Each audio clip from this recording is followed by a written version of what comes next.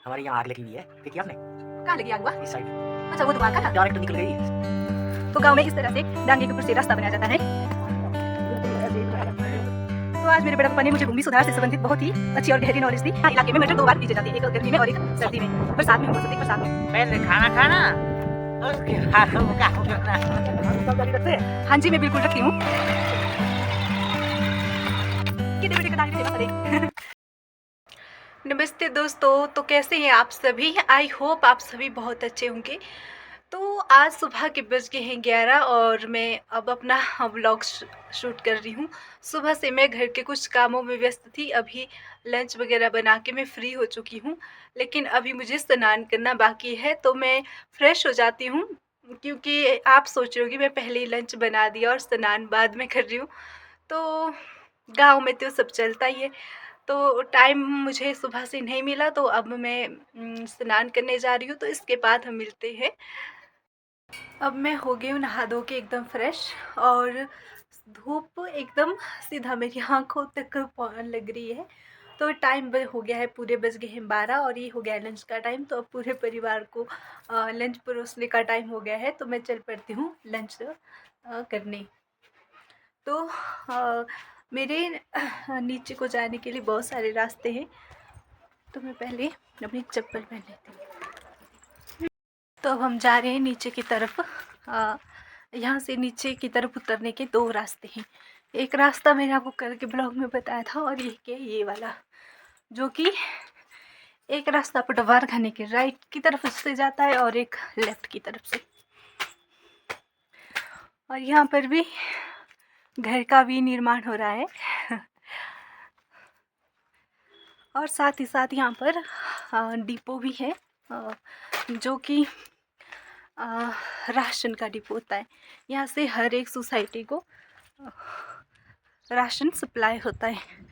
तो यहाँ पर रास्ते थोड़े संकरे हैं, और ये रास्ता मुझे चलने में ज़्यादा एडवेंचरस लगता है।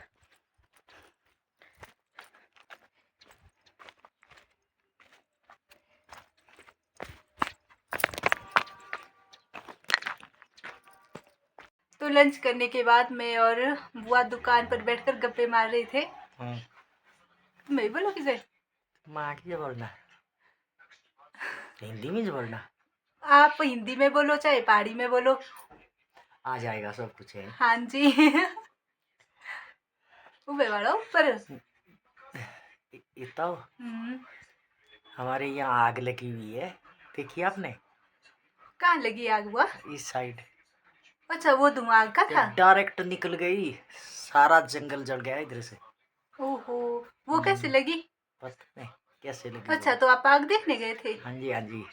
ओहो, तब तो बहुत। पर आजकल हाँ, बारिश नहीं हो रही, इसकी वजह से आग लग रही है। हाँ, ऐसा भी है। हाँ, मेरी बुआ बहुत जागरूक है, और ये गई थी आग बुझाने के लिए, पर आग बहुत भयानक चली हुई थी, इसलिए धुआं ही धुआं चारों तरफ फैला हुआ है। तो अब हम दोनों जा रहे हैं खेत की तरफ। अब खेत में काम करेंगे यार। बुआ क्या करेगी अब? खेत में काम करूंगी अब। बुआ की उम्र इतनी हो गई है, लेकिन अभी भी सारा काम घर का खेत का करती है। तो एकदम क्या बोलते हैं इसको, बोल्ड लेडी कहते हैं। हाँ जी, हाँ जी। तो अब मैं चल पड़ती हूँ खेत की तरफ। ते में मुझे छोटा सा कैट मिल गया, जो कि जैसे जैसे मैं आगे चल रही थी, वो मेरे से डर कर भाग रहा था। तो गांव में इस तरह से डांगे के ऊपर से रास्ता बनाया जाता है। बिल्कुल ऐसे ही बनाया जाता है, क्योंकि ये ढलानदार जगह है, इसलिए इस प्रकार के डंगे लगाए जाते हैं। ढलानदार? हाँ, ढलानदार जगह है, इसमें इस प्रकार के ही डंगे लगाए जाते हैं। ये इस स्थिति के लिए अनुकूल होते हैं। ये मेरे बड़े पापा, इनको काफ़ी नॉलेज है, क्योंकि ये पंचायत में सेक्रेटरी है और घर में भी बहुत काम करते हैं, और प्राउड फार्मर भी है। तो इनसे कुछ और नॉलेज साझा करते हैं। और बताइए कुछ भूमि सुधार में। भूमि सुधार जो स्कीम है, ये भूमि को विकसित करने के लिए है, क्योंकि जो बंजर भूमि होती है उसकी डेवलपमेंट करने के लिए जो है भूमि सुधार का कार्य किया जाता है, जिसे डंगे लगाना इसका औचित्य नहीं है, परंतु अगर कहीं ढलानदार की जगह है वहाँ पर जो है डंगे भी लगाए जा सकते हैं। और खासकर जो है ये स्कीम जो है भूमि को डेवलप करने के लिए जो है की जाती है। तो आज मेरे बड़ा पापा ने मुझे भूमि सुधार से संबंधित बहुत ही अच्छी और गहरी नॉलेज दी। और अभी हम ऊपर टहल रहे हैं, उसके बाद हम अपनी मटर बिजाई के लिए जाएंगे। तो मैं इनसे पूछना चाहती हूँ कि आजकल मटर बिजाई क्यों की जाती है?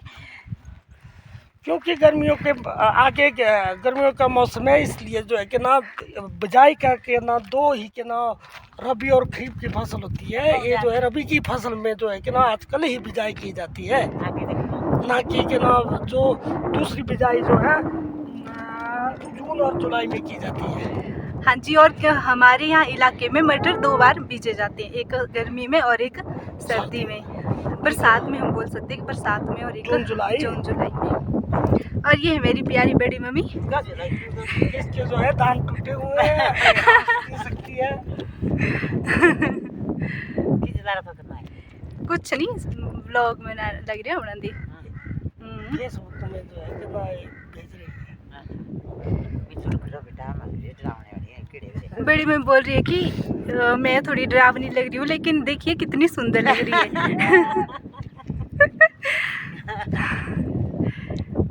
दोनों ही चार्मिंग है और बहुत ही अच्छे स्वभाव के हैं। तो आज क्या प्रोग्राम है बड़ी मम्मी, क्या काम करना आज? अब पहले खाना खाना और उसके बाद काम करना।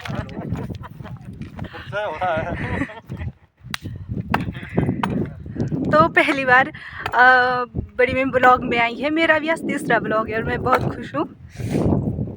अब चल पड़ते हैं हाँ थोड़ी देर में खेत की तरफ। अब दोपहर हो चुकी है। अब बड़ा पापा मेरे से कुछ प्रश्न पूछना चाहते हैं। क्या मन का अगर चौकी ग्राम पंचायत बनती है, इसमें अगर महिला की सीट आती है तो क्या आप दावेदारी रखते हैं? पंचायत प्रधान की दावेदारी रखते हैं? हाँ जी, मैं बिल्कुल रखती हूँ। या पंचायत प्रधान बनने के लिए जो है आप अपना एजेंडा क्या सेट करना चाहेंगे लोगों के बीच में? अगर मैं ग्राम पंचायत की प्रधान बन जाती हूँ तो सबसे बड़ा एजेंडा तो डेवलपमेंट ही होती है। डेवलपमेंट कौन सी डेवलपमेंट करेंगे आप? 2-4 इसके ज्वलंत उदाहरण दिया जाए। उदाहरण जैसे कि हमारे गांव एक यहाँ एक पॉजिटिव चीज़ पहले से है कि रोड कनेक्टिविटी पहले से ही है। तो इस तरफ तो मैं जो रोड कनेक्टिविटी है उसको मैं ज़्यादा और बेहतर बना सकती हूँ। और स्वास्थ्य जो कि एक बहुत बड़ा विषय है, उससे यहाँ पर डिस्पेंसरी तो है लेकिन पूरी तरह वहाँ पर इलाज नहीं किया जाता, तो उसमें भी इम्प्रूवमेंट करने की ज़रूरत है। साथ ही साथ यहाँ की औरतें जो बहुत मेहनती है, रात दिन मेहनत करती है। मैं ग्राम पंचायत अगर प्रधान बनती तो शायद ऐसी बहुत सारी स्कीमें आती होंगी जिससे कि एक लघु उद्यमी बना जा सकता है। तो मैं गांव की औरतों को प्रोत्साहन करूंगी कि वो भी उद्यमी की तरफ बढ़ें। अच्छा, तेरा कितना एजेंडा है कुछ तू पूछ मांगा इस प्रोग्राम में, मैं बढ़ाऊंगा तो रखना।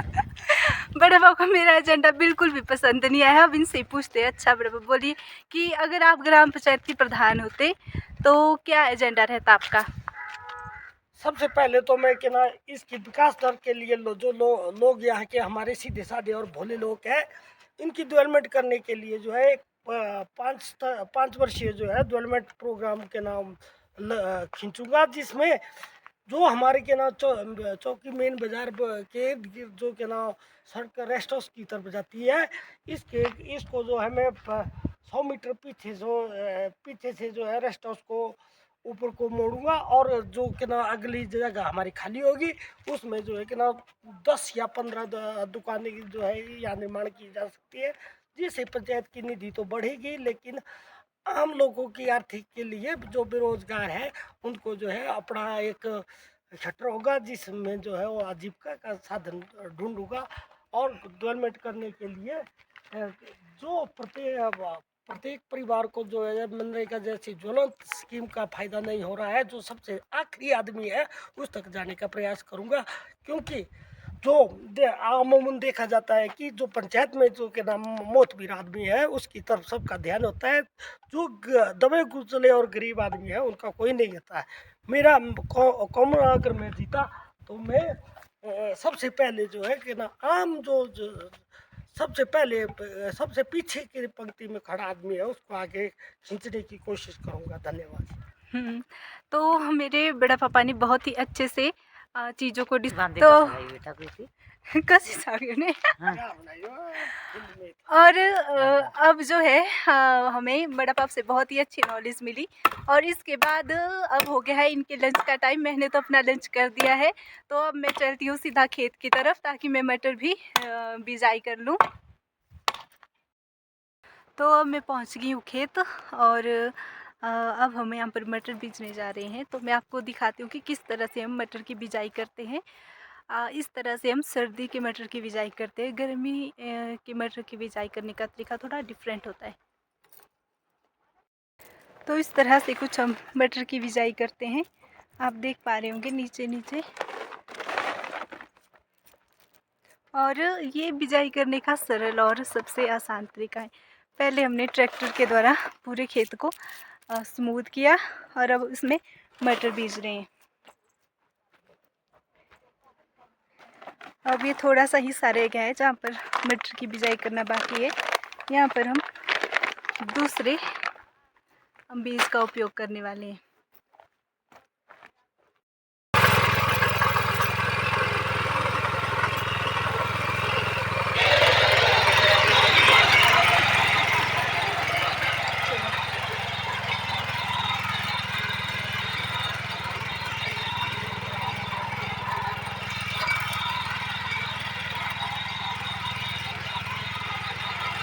इस तरह से हम अब सारे खेत के ऊपर एक बार हल्का हल्का ट्रैक्टर चलाएंगे ताकि हमारी मटर मिट्टी से ढक जाए, ताकि पंछी उन्हें ना खाएं।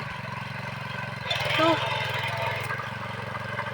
इसको लगाने में बहुत ज़्यादा मेहनत लगती है।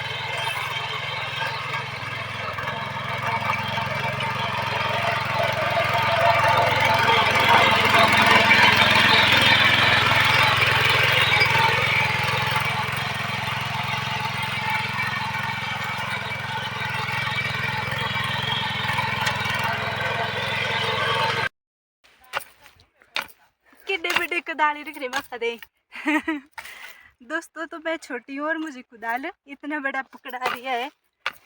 कोई बात नहीं, मैं उठा लूँगी क्योंकि ट्रैक्टर की वजह से पूरी जगह पर मटर दबे नहीं, इसलिए कुदाली से भी काम करना पड़ता है। अब क्यों जाऊँ, हिट करो बनाया हिट ने मेरा मुँह कर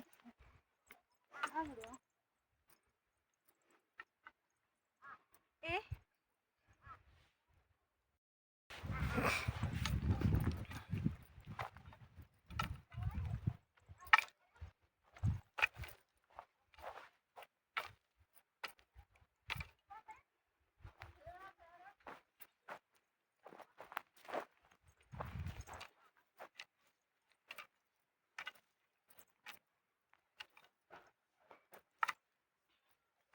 तू मेरे बोल दी चारों तरफ का भी तुम मैंने मुँह की जाए एक ना एक तो बोलता लगा।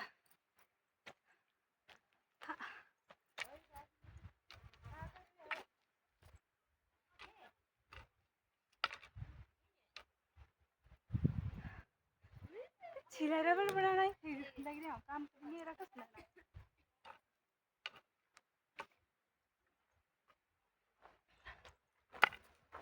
है, तो थोड़ा सा पर काम तो करना पड़ेगा। दुनिया में आए हैं तो जीना पड़ेगा, किसान बने तो काम करना पड़ेगा। कुछ मैंने किया, कुछ मेरे प्राणनाथ कर रहे हैं क्योंकि कुदाल बहुत ही ज़्यादा भारी है।